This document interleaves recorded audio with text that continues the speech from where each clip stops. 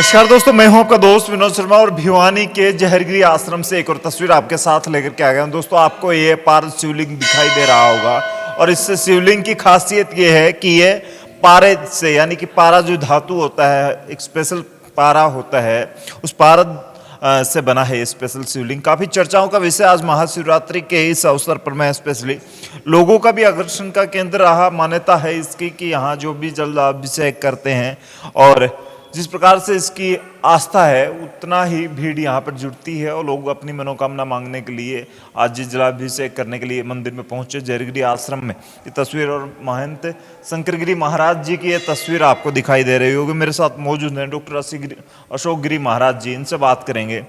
महाराज जी, पारद शिवलिंग इतना विशेष, लोगों का आकर्षण का केंद्र, क्या विशेषता क्या है इसमें? हरिओम, बहुत शुभकामनाएं। महादेव शिव शंकर शंभु उमाकांत हर त्रिपुरारे वृक्ष तुझ सोलिन गंगा धर्मित विद्नारे शिव हर शंकर गौरीशम, शिव हर शंकर गौरीशम, शिव हर शंकर गौरीशम। महादेव अनादि अनंत आशुतोष है। पारद एक रस धातु है, रसायन धातु, धातु में श्रेष्ठ कही गई है और ये जल की तरह द्रव्य रूप में तरल, और इसको ठोस बनाना एक प्रक्रिया है जिसे ठोस होती है और इसका शिवलिंग का निर्माण किया जाता है। इसके साथ में और भी जैसे पारद है, चांदी, सवन, अष्ट धातु भी मिलाई जाती है जब जाके पारद बनता है। और एक ये ऐसा नहीं कि हम कभी बना सकते, कभी भी ऐसा नहीं है, क्योंकि ये केवल विशेष एक पर्व होते हैं वार्षिक पर्वों में। उन पर्वों में स्थितियों में ब्राह्मणों द्वारा एकादश लघु रुद्र या महारुद्र का पाठ चलता रहे और जो बनाने वाला संत शास्त्री है वो इसका निर्माण करेगा। संत भी करते हैं और इसे कहते हैं पारद के दर्शन से ही, पारद तो दर्शनात् मुक्ति भवा। जल की भी आवश्यकता नहीं है, ऐसे कहा कि पारद के दर्शन करने से ही मुक्ति होती है। ऐसा हमारे शिव ग्रंथों में, बहुत से ग्रंथों में ऐसा है। और वेद में, आयुर्वेद कहता है कि पारे का जरा सा रत्ती रत्ती भी खाया जाए तो सभी तरह के विकार नष्ट हो जाते हैं। पाद अपने आप में इस धरती पर मनुष्य जीवन के लिए, मनुष्य प्राणियों के लिए एक अद्भुत धातु है, रसायन है। उससे आप चाहे उसका रसायन औषधि प्रयोग करें या उसका आप दैविक प्रयोग करें। दैविक प्रयोग मतलब कि शिवादि की शिवलिंग बनाकर, मूर्तियाँ बनाकर, और भी आदि का आएंगे हम। हमारी माताएं बहनें या अभी आज अपना भारत तो छोड़ गया, अफ्रीका की बात करते तो आप देखेंगे उनके लोगों के कानों में कुंडल होते हैं, जटाओं में, काफ़ी टीवी में जटाओं में वो मणि ऐसा पहनते हैं। वो पारे का होता है। पारा जो है पृथ्वी का संतुलन करता है। ये बना कैसे है पारा? पारा स्वयं भगवान शंकर की शक्ति है। जब विश्व मोहिनी रूप देखा भगवान ने, जब जो शक्ति का पतन हुआ, वो शक्ति से हनुमान जी और पारे का निर्माण हुआ। तो वो धातु है ये भगवान का। इसमें एक गुण और है, इसको अगर सेवन किया जाए तो जो भी धातु दोष है वो नष्ट हो जाते हैं, कितना भी विकार नष्ट हो। और युवा की जो मतलब कि मतलब बाल में पहनना, जिसको मस्तिष्क विकार हो, उसको मनिया बना के उसका जरूरी संस्कार जरूरी हो, उन चीज़ों का 18 संस्कार पारे के 18 संस्कार द्वारा वो बनाया जाता है, बना के पाया जाता है। वो इतना भारी होता है, ये जो पीने वाली बोतल होती है जल पीने वाली 1 लीटर की, उसमें 1820 kg जाता है। ये दिख रहा है पूरा भारी है, वेट में बहुत भारी है। महाराज जी, इसका कितना वजन होगा? इसमें 150 से ऊपर ही है, पारे का 150 किलो। हाँ जी। और इसके अलावा इसमें 148 या 150 ऐसा ही है। इसमें साथ में चांदी है और भी आइटम और धातु भी है, वो उनके समान अनुपात के अनुसार डाली गई है। और रसायन भी। भिवानी को छोटी काशी कहा जाता है महाराज जी।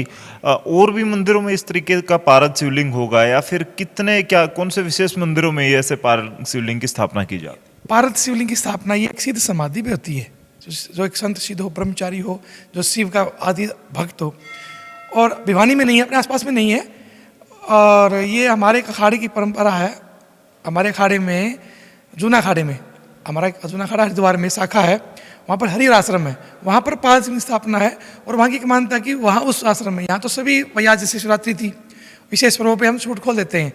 वहाँ पे केवल जो राजा होगा, अभी राष्ट्रपति जी गए पिछले साल, और अभी जो भी राजा होते हैं, वो मुख्यमंत्री थे, वो वहाँ पे उसका अभिषेक करते हैं साल में या प्रतिदिन, जब भी उस समय हो। एक वहाँ पे है हमारे अखाड़े में, और भिवानी में यहाँ पे है। भिवानी में कोई भी कर सकता? हाँ, भिवानी में विशेष पर्वों पे हम खोलते हैं। ये बड़ी बात है कि भिवानी वाले सब लोग राजा हैं। हाँ, ये भिवानी में हर कोई राजा है इस दरबार में। इसमें सभी राजा हैं, राजा रंग से बराबर है। यहाँ पे कोई भी पाया आस्था से आए और अभिषेक कर सकते हैं बटुक ब्राह्मणों द्वारा, लेकिन विशेष तिथियों पे ही उपलब्ध है, प्रत्येक दिन नहीं। कीमत की बात करें, इसे बनवाने में कितनी कीमत लग जाती है इस वजन की बात? अभी तो क्या बताएं, 1500 रुपये kg पारा है। हाँ, इसमें और भी है, स्वर्ण है, चांदी है। ये तो भक्तों की आस्था है और लाखों की। हाँ, बस ये इसका मूल्य की नहीं है, मूल्य है ये। अभी आस्था का विषय हो गया। अब ये पारा धातु, अब ये मूल्यवान है, लेकिन केवल धातु मूल्यवान है। अब ये आस्था है, रास्ता कोई मूल्य नहीं आस्था का।